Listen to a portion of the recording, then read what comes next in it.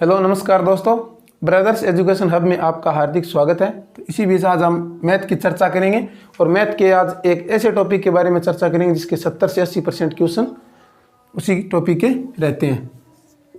आज हम चर्चा करेंगे ब्याज के बारे में। ब्याज बेसिकली दो प्रकार का होता है, एक होता है CI, एक होता है SI। CI यानी कंपाउंड इंटरेस्ट यानी चक्रवृद्धि ब्याज,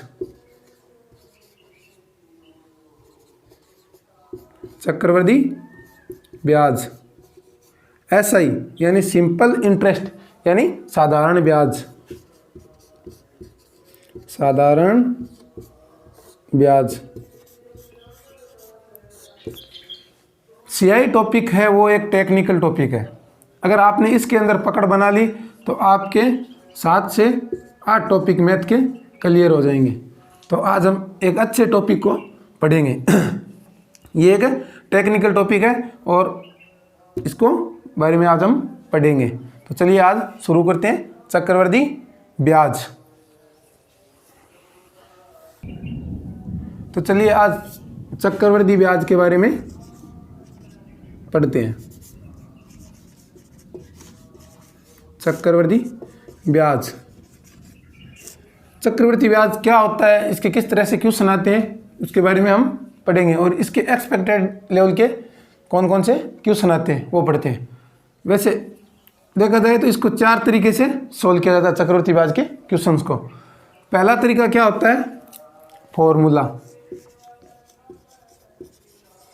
दूसरा तरीका क्या होता है, सक्सेसिव। और तीसरा तरीका क्या है, ग्राफ। और चौथा तरीका क्या है, GP मेथड। अब देखिए भाई 4 तरीके से ये सोल्व होता है, लेकिन हमें इस चीज़ को तो पूरी तरह से हटाना है। फॉर्मूले का तो बिल्कुल भी यूज़ करना ही नहीं है। अब हम सबसे ज़्यादा एफर्ट लगाएंगे ग्राफ और GP मेथड पे। अगर आपने इन दोनों के अंदर अच्छी तरीके से पकड़ बना ली तो आप 95 से 97% क्वेश्चन चक्रवृद्धि ब्याज के अच्छी तरीके से सोल्व कर जाओगे, वो भी 7 से 8 सेकंड के अंदर। तो देखिए अब हमें इस फॉर्मूले को हटाना है। और चक्रवृद्धि ब्याज होता क्या है, चक्कर यानी बार बार रिपीट चक्कर, और वृद्धि यानी बढ़त, यानी जिस चीज़ में बार बार वृद्धि हो रही हो और उसके साथ बढ़त हो रही हो उसे हम क्या कहते हैं, चक्रवृद्धि ब्याज कहते हैं। और चक्रवृद्धि ब्याज में के जितने भी क्वेश्चन आते हैं उसमें 99% आपको चक्रवृद्धि शब्द यानी वर्ड आपको लिखा हुआ मिलेगा, लेकिन 1% ऐसे क्वेश्चंस भी आते हैं जिसके अंदर आपको ये चक्रवृद्धि वर्ड लिखा हुआ नहीं मिलेगा क्वेश्चन के अंदर। तो हमें तो 100% करना है, बिल्कुल भी नहीं छोड़ना है। हमें अपना 100% तैयार करना है। तो देखिए 99% क्वेश्चन के अंदर चक्रवृद्धि वर्ड लिखा हुआ होता है, 1% के अंदर नहीं लिखा होता है। तो देखिए अब इसका बेसिक लेवल से शुरू करते हैं और हमें 100% तक पहुंचना है। तो देखिए अब शुरू करते हैं चक्रवृद्धि ब्याज के बेसिक लेवल के बारे में।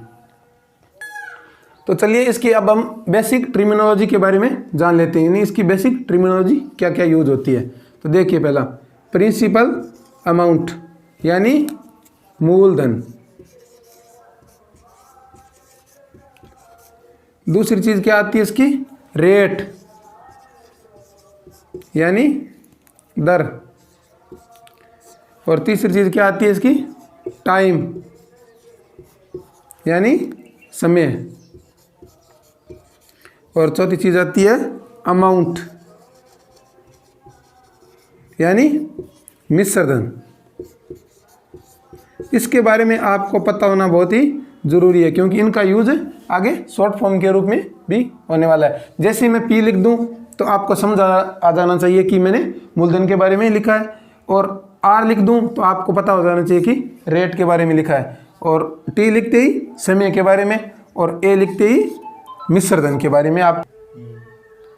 तो देखिए आपने बेसिक टर्मिनोलॉजी के बारे में तो जान लिया है। अब हम बात करते हैं चक्रवृद्धि ब्याज के जो क्वेश्चन आते हैं वो पहले शुरू करते हैं बेसिक लेवल से, यानी 2 वर्ष के बारे में जो भी क्वेश्चंस पूछता है वो कैसे सोल्व होते हैं, इसके बारे में बेसिक हमें कौन कौन सी जानकारी होनी चाहिए। तो अब शुरू करते हैं। देखिए चक्रवृद्धि ब्याज। बेसिकली मैं आपको एक बात और बता देना चाहता हूँ कि चक्रवृद्धि ब्याज है वो एक गुणा पर आधारित है टॉपिक है। किस पर आधारित है? गुणा पर आधारित। यानी गुणा पर आधारित होने के कारण ही इसको दुनिया का 8वां अजूबा कहा गया है। और जो सिंपल इंटरेस्ट यानी साधारण ब्याज है उसको वो क्या है? एक जोड़ पर आधारित है, ऐड पर आधारित है टॉपिक है।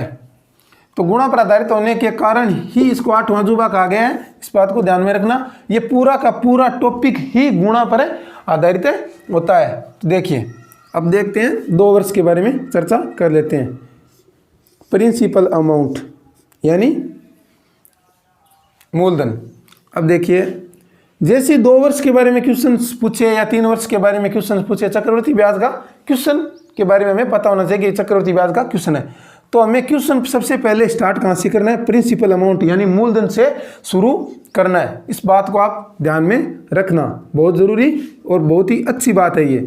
अगर हमें मूलधन दे रखा है तो बहुत अच्छी बात है, अगर हमें मूलधन नहीं दे रखा है तो हमें अपनी तरफ से मूलधन को मानना है, वो भी अच्छी तरीके से। अगर हम मानेंगे तो कैलकुलेशन कम हो, इसलिए हम आसानी से मानेंगे। वो किस हिसाब से मानेंगे मैं आपको वो बता दूंगा। देखिए पहले मूलधन लिखना है, मूलधन से ही क्वेश्चन शुरू करना है। अब जितने वर्ष दे रखे हैं उतने आपको एरो लगा लेने हैं। यहाँ पर 2 वर्ष की बात करें तो मैंने 2 एरो लगा लिया। अब देखिए पहले साल मूलधन के ऊपर जितनी रेट देगा वो क्वेश्चन पर बात हो जाएगी। जितने साल दे रखे वो एरो लगा लिए। अब जो जितनी रेट देगा वो प्रिंसिपल अमाउंट यानी मूलधन पर ब्याज आएगा, वो यहाँ पर आ जाएगा। इसको मैं ए से डिनोट कर लेता हूँ। अब पहला साल खत्म हो गया। जैसे ही पहला साल खत्म हुआ, जैसे ही आगे दूसरा साल खत्म होगा तो इस पर तो ब्याज लगेगा ही लगेगा, यानी मैं इसको ए से डिनोट कर देता हूँ। अब दूसरा साल जैसे शुरू हुआ तो पहले साल प्रिंसिपल अमाउंट यानी मूलधन पर तो ब्याज लगेगा ही लगेगा। अब देखिए अगर इतना ही छोड़ देंगे हम तो हम ये जानेंगे कि भाई ये तो मूलधन पर ब्याज तो साधारण ब्याज के अंदर भी लगता है, तो ये चक्रवृद्धि ब्याज कैसे हुआ? और नहीं, ब्याज के अंदर बढ़त हो रही है यानी वृद्धि, यानी बढ़त भी नहीं हो रही है। तो इसमें दूसरे साल में क्या होगा? ब्याज के ऊपर भी ब्याज लगेगा, यानी इसको मैं बी से डिनोट कर लेता हूँ। तो अब आपको एक बात समझ में आ गई होगी कि ब्याज के ऊपर भी ब्याज लगा है, यानी ये तो ब्याज पहले साल का आया था, इसके ऊपर भी दूसरे साल पर ब्याज लगा है। तो हमारे पास चक्रवृद्धि ब्याज की डेफिनेशन निकल करके आ गई कि ब्याज पर ब्याज लगना, यानी जो ब्याज के ऊपर ब्याज लगता है वो क्या होता है?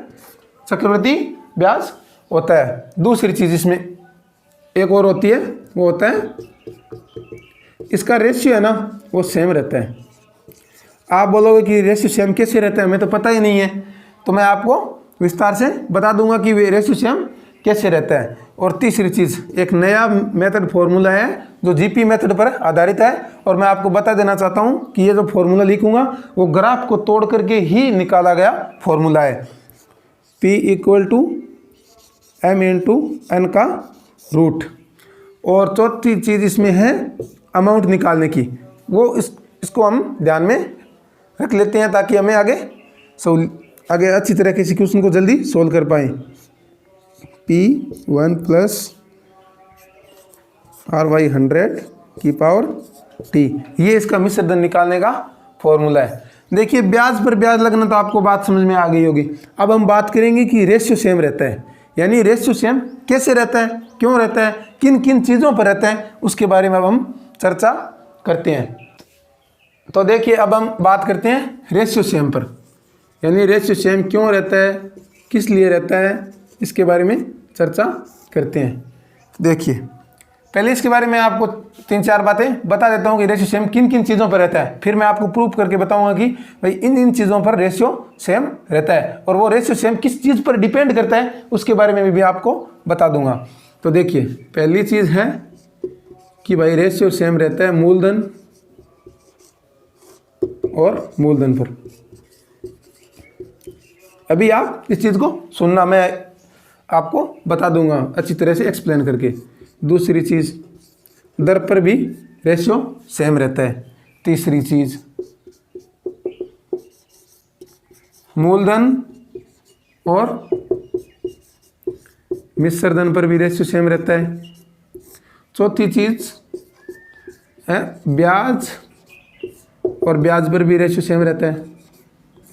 अब इन चारों चीज़ों को हमें प्रूव करना होगा कि भाई मूलधन और मूलधन क्या है, रेशियो सेम कैसे रहता है, दर और दर पर कैसे रेशियो सेम रहता है, मूलधन और मिश्र धन पर रेशियो सेम कैसे रहता है, और ब्याज पर रेशियो सेम कैसे रहता है। इसके लिए हमें एक एग्जांपल के थ्रू समझ लेते हैं और आसान कैलकुलेशन के हिसाब से समझेंगे, ताकि हमें अच्छी तरीके से बेस मजबूत हो जाए। जब बेस मजबूत होगा तभी जाकर हम आगे हाई स्टैंडर्ड के क्वेश्चन को कर पाएंगे। तो देखिए हम एक एग्जांपल लेते हैं। प्रिंसिपल अमाउंट है, जैसे मैं मान लेता हूँ कि 1000 रुपये। रेट यानी सरल सी मानते हैं, हमें मानना है खुद तो सरल मान लेते हैं एक बार, यानी 10% वार्षिक।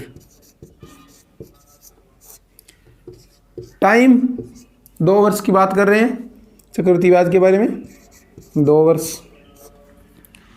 और हमें निकालना क्या है, सीआई। जैसे क्वेश्चन ने दे दिया कि सीआई निकालो आप, लेकिन हमें सीआई से मतलब नहीं है, पहले इन चीज़ों को प्रूफ करना है, इसके बाद सीआई निकालना सीखेंगे। देखिए मैंने बताया था कि चक्रवृद्धि ब्याज का जैसे ही क्वेश्चन आ जाए तो आपको क्वेश्चन कहाँ से शुरू करना है, प्रिंसिपल अमाउंट यानी मूलधन से क्वेश्चन शुरू करना है। अब देखते हैं भाई मूलधन से क्वेश्चन शुरू करना है, याद हो गई ये बात। तो अब देखते हैं क्वेश्चन के अंदर मूलधन दे रखा है या नहीं दे रखा। तो देखते हैं क्वेश्चन की तरफ, तो क्वेश्चन ने मूलधन दे रखा है। कितना दे रखा है, 1000 रुपये। तो मैं यहाँ पर लिख देता हूँ 1000 रुपये मूलधन दे रखा है।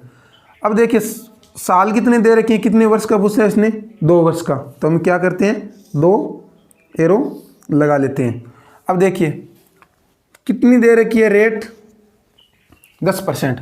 आपको प्रतिशत हटाना आना चाहिए, यानी प्रतिशत हटाने के लिए 100 लगा देता हूँ, 1 से 1 यानी 1/10। देखिए पहले साल मूलधन पर ब्याज लगेगा, तो इसका 1/10 कितना होता है, 100 रुपये।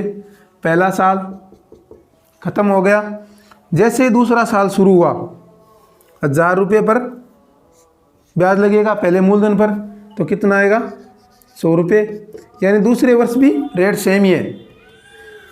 और अब इस बात को लिख लिया।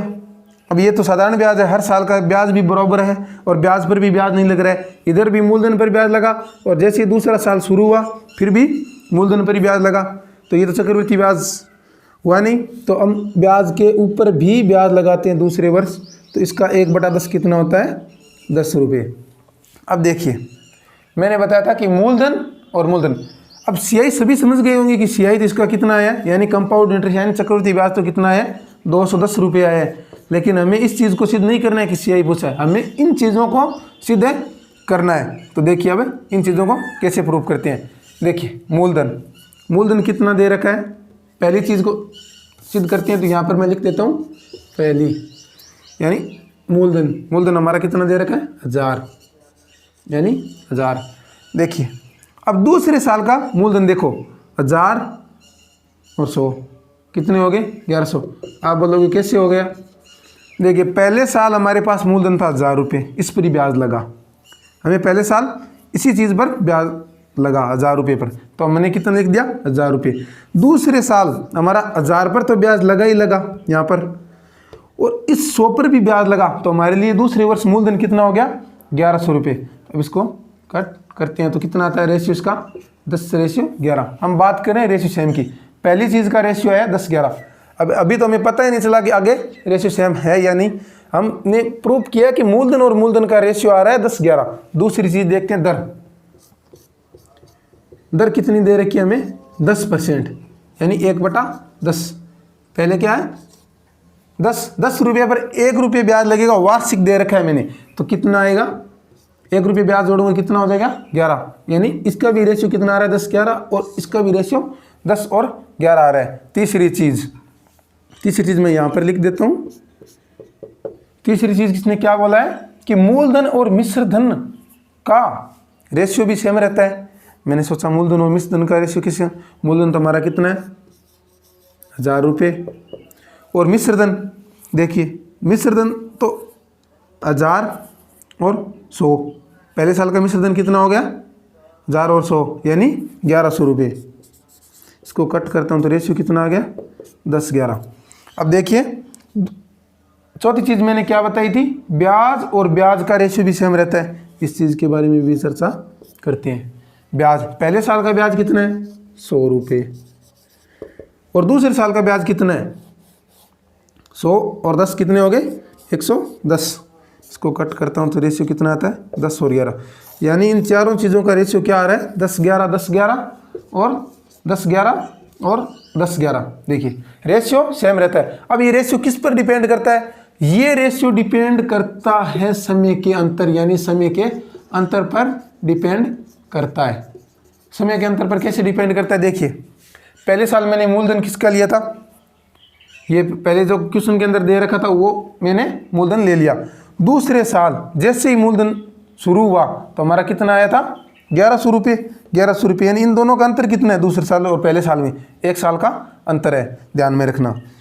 और दूसरी चीज़ मैंने क्या बताया, दर यानी 10% वार्षिक, यानी वार्षिक का मतलब क्या होता है 1 वर्ष, यानी समय का अंतर इन दोनों का 1-1 है। तीसरी चीज़ देखो, तीसरी चीज़ हमने क्या लिख रखी है, मूलधन और मिश्रधन, यानी मूलधन कितना है 1000 रुपये और मिश्रधन कितना है 1100 रुपये। पहले वर्ष का देख लो, किसी का देख लो, मूलधन और मिश्रधन का आप निकाल लेना दूसरे वर्ष का भी, तो इनका अंतर कितना है 1 वर्ष का। और चौथी चीज़ ब्याज और ब्याज, यानी पहले साल का ब्याज और दूसरे साल का ब्याज, अंतर कितना आ गया 1 वर्ष का। यानी रेशियो सेम तभी रहता है जब समय का अंतर क्या हो, बराबर हो। सभी का समय का अंतर बराबर होगा ना, तभी रेशियो सेम रहेगा। तो आप इसको नोट कर लीजिएगा। देखिए आपने रेशियो सेम के बारे में जान लिया। अब मैंने एक फॉर्मूला लिखा था, P = M × N का √। अब इसके बारे में जानते हैं कि इसका यूज़ कहाँ होता है, कैसे होता है, क्यों होता है, इसको क्यों बनाया गया। क्यों बनाया गया, ये था ग्राफ मेथड को तोड़ने के लिए बनाया गया। यानी जो ग्राफ मेथड का फॉर्मूला था वो किसका था 2011-12 मेथड का फॉर्मूला था, तो इसको तोड़ने के लिए इसको बनाया गया, क्योंकि उसमें टाइम ज़्यादा लगता है और हमें तो क्वेश्चन कितने सेकंड में सोल्व करना है, 7 से 8 सेकंड के ऊपर ही फोकस रखना है।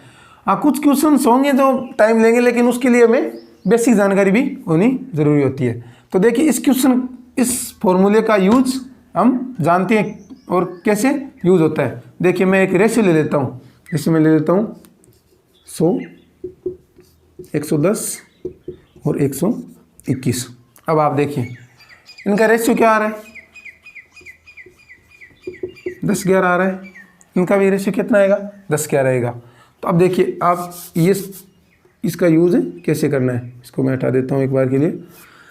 अब देखिए आप मैंने दे रखा है P = अब देखिए आप इन दोनों चीज़ों की गुणा करेंगे और इसका अंडर रूट निकालेंगे तो ये संख्या आ जाएगी। देखिए प्रूफ करते हैं आती है या नहीं आती है। 100 × 121 का अंडर रूट, 100 का कितना आ गया 10, 121 का कितना आ गया 11, बराबर क्या हो गया 110। देखिए ये चीज़ आ रही है। चलिए भाई इस पर तो काम कर रही है, एक और देख लेते हैं। मैं रेशियो ले लेता हूँ 64, 72 और 81। अब आप सोचेंगे सर आपने तो सेट कर रखी है रेशियो, तो मैं देखता हूँ कि इन दो चीज़ों को ले लेता हूँ और तीसरी चीज़ कैसे निकालता हूँ। इनको कट करूँगा तो रेशियो कितना आ रहा है 8-9 आ रहा है। आगे भी रेशियो कितना चलना चाहिए 8-9 का ही चलना चाहिए। देखिए इनका रेशियो 8-9 है, इनका रेशियो भी 8-9 रहना चाहिए। तो मैं इसको हटाता हूँ, 8-9 रहना चाहिए, तो इसको कितने से गुणा करूँ 9 से गुणा करूँगा तो 8-9 72। तो क्वेश्चन में बैठा प्रत्येक मान उतने गुना है, तो 9 × 9 कितना हो जाएगा 81। तीसरी संख्या आ गई। अब इस पर देखते हैं वो ये बीच वाली संख्या आ रही है नहीं आ रही है। रेशियो सेट करना आ गया आपको। अब देखिए तो देखते हैं इस चीज़ को प्रूव करते हैं। 64 × 81 का अंडर रूट, 64 का कितना आ गया 8, 81 का कितना है 9, 8 और 9 कितना आता है 8-9 72, यानी ये आ रहा है। अब इनका यूज़ कहाँ होता है, ये चीज़ तो आ तो रही है लेकिन इनका यूज़ कहाँ होता है उसके बारे में देखते हैं। तो देखिए अब इस फॉर्मूले का यूज कहाँ होता है, एक बार मैं दोबारा लिख देता हूँ इसको। देखिए आपको क्वेश्चन में क्या करेगा, वो चक्रवृद्धि ब्याज का क्वेश्चन आएगा तो उसमें क्या करेगा, तीसरे साल का ब्याज दे देगा और इधर 5वें साल का ब्याज दे देगा और चौथे वर्ष का ब्याज पूछ लेगा। जैसे वो क्या करेगा कि भाई तीसरे साल का ब्याज कितना है 100 और 5 साल का ब्याज कितना है 121। तो आपको चौथे वर्ष का ब्याज चक्रवृद्धि ब्याज बताओ। अब हम ग्राफ मेथड से फॉर्मूला से आएंगे तो उसमें टाइम लगेगा। इस फॉर्मूले का यूज इसीलिए किया गया, सिर्फ समय की बचत के लिए इस फॉर्मूले का प्रयोग किया गया है। तो मैंने बताया था कि आप इन दोनों संख्याओं की गुणा करके इसका अंडर रूट कर दोगे तो 20 वाली संख्या आ जाएगी। देखिए 100 का 10, 121 का 11, कितना आ गया 110। अब आप बताओ सर संख्या तो आपने आसान ले रखी है। अरे भाई आसान संख्या से सीखिए तभी जाकर आपको समझ में आएगा। कैलकुलेशन की बात आगे होगी, अभी मैं सिखाने की कोशिश कर रहा हूँ आपको, फिर आगे जाकर बताऊंगा कि हार्ड कैलकुलेशन कैसे होती है। देखिए आज आपने बेसिक जान लिया है इसके बारे में। तो मिलते हैं नेक्स्ट वीडियो में। Thank you.